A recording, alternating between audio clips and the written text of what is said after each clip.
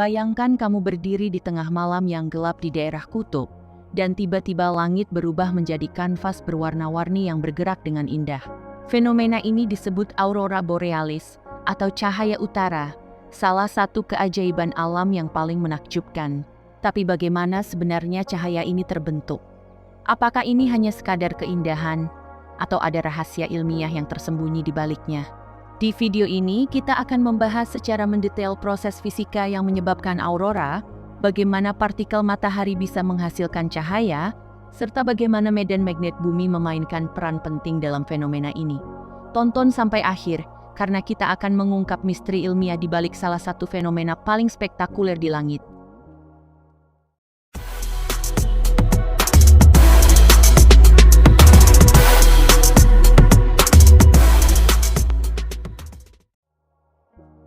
Aurora borealis adalah fenomena cahaya alami yang terjadi di lapisan atmosfer bumi akibat interaksi antara partikel bermuatan dari matahari dan medan magnet bumi. Aurora ini terutama terjadi di kutub utara, sementara di kutub selatan, fenomena yang sama disebut aurora australis atau cahaya selatan.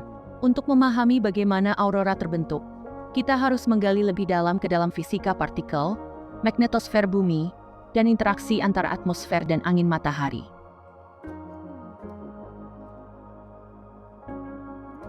Semua dimulai dari matahari, yang merupakan bola gas panas raksasa, yang menghasilkan energi melalui reaksi fusi nuklir. Reaksi ini mengubah hidrogen menjadi helium, menghasilkan energi dalam jumlah besar yang memancarkan cahaya dan partikel bermuatan keluar angkasa. Matahari terus-menerus melepaskan partikel bermuatan yang disebut angin matahari. Angin matahari ini terdiri dari elektron, proton, dan ion lainnya, yang melaju dengan kecepatan sekitar 400-800 km per detik dan dapat mencapai bumi dalam waktu 2-3 hari setelah dilepaskan dari matahari. Ketika matahari mengalami aktivitas tinggi, seperti letusan matahari, solar flare, atau coronal mass ejection, CME, jumlah partikel yang dilepaskan bisa meningkat drastis, menyebabkan aurora yang lebih kuat dan lebih luas di bumi.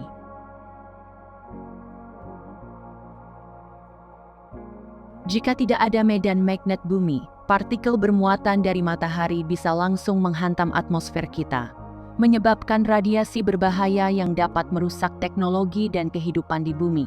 Beruntung bumi memiliki magnetosfer, yaitu lapisan medan magnet yang bertindak sebagai perisai pelindung. Saat angin matahari bertabrakan dengan medan magnet bumi, sebagian besar partikel dibelokkan dan diarahkan ke sisi belakang bumi, membentuk ekor magnetosfer. Namun, di sekitar kutub utara dan selatan, medan magnet bumi lebih lemah, sehingga beberapa partikel bermuatan bisa masuk ke atmosfer bumi melalui garis medan magnet. Disinilah proses pembentukan aurora dimulai.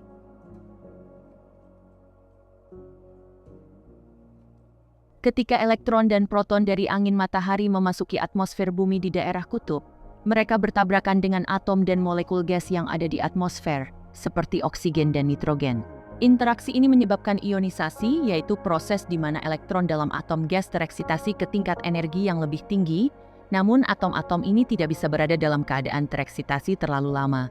Setelah beberapa milidetik hingga detik, elektron akan kembali ke keadaan energi dasar, dan dalam proses ini, mereka melepaskan energi dalam bentuk cahaya. Cahaya inilah yang kita lihat sebagai aurora borealis di langit malam.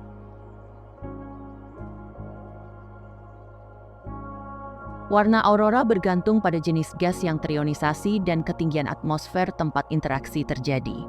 1. Hijau, paling umum, 100-300 km di atas permukaan bumi, disebabkan oleh atom oksigen yang melepaskan foton dengan panjang gelombang sekitar 557,7 nanometer. 2. Merah lebih langka, 300 km. Terjadi ketika oksigen di atmosfer atas memancarkan cahaya dengan panjang gelombang 630 nanometer.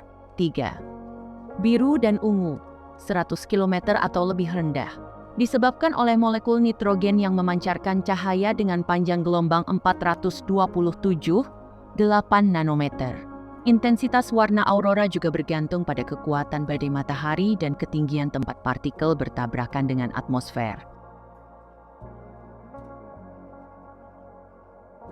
Aurora borealis bukan hanya pemandangan indah, tetapi juga merupakan objek penelitian penting bagi ilmuwan.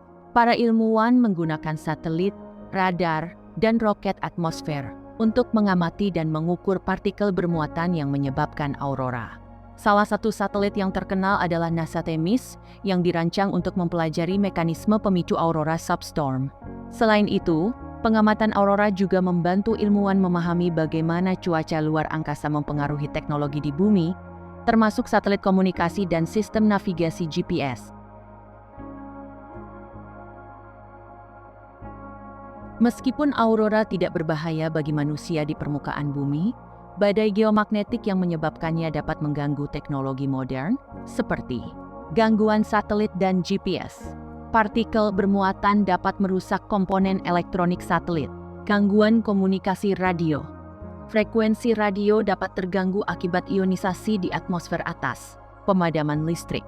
Gangguan elektromagnetik bisa menyebabkan fluktuasi pada jaringan listrik seperti yang terjadi dalam insiden Quebec tahun 1989, di mana satu wilayah Kanada mengalami pemadaman akibat badai matahari.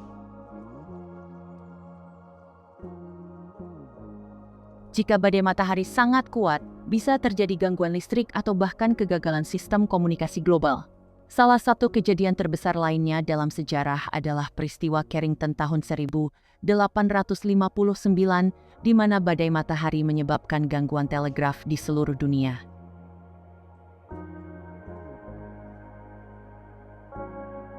Aurora borealis paling sering terjadi di daerah yang dekat dengan kutub utara, terutama di sekitar lingkaran Arktik.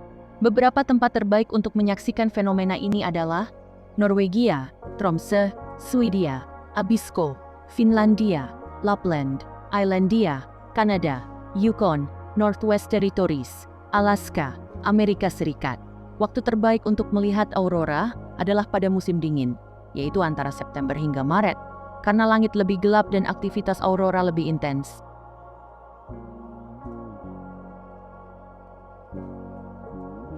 Selanjutnya ada juga mitos dan legenda tentang aurora borealis. Sejak zaman kuno, manusia telah mengagumi aurora dan menciptakan berbagai mitos tentangnya. Dalam mitologi Nordik, aurora dianggap sebagai cahaya yang dipancarkan oleh pedang para dewa Valkyrie yang sedang mengawal roh prajurit ke Valhalla. Di Jepang, ada kepercayaan bahwa pasangan yang melihat aurora bersama akan memiliki anak yang cerdas dan beruntung. Suku Inuit di Kanada percaya bahwa aurora adalah jiwa leluhur yang sedang bermain di langit. Suku Sami di Norwegia, Swedia, dan Finlandia percaya bahwa aurora adalah kekuatan spiritual yang harus dihormati. Mereka meyakini bahwa aurora adalah tanda dari roh leluhur mereka. Dan melihat aurora secara langsung dengan menunjuk atau berbicara keras dianggap sebagai tindakan tidak sopan yang bisa membawa nasib buruk.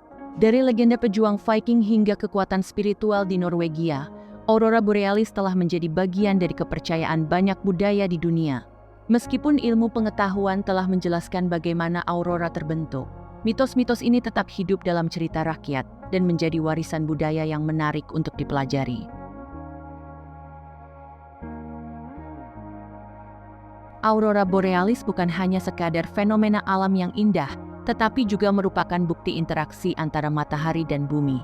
Dari proses ilmiahnya hingga mitos yang mengelilinginya, aurora tetap menjadi salah satu fenomena paling memukau di planet ini. Jadi, apakah kamu tertarik untuk melihat aurora secara langsung? Atau mungkin kamu pernah melihatnya sebelumnya? Beritahu di kolom komentar. Jangan lupa like, subscribe, dan share agar tidak ketinggalan video edukasi menarik lainnya. Sampai jumpa di video berikutnya.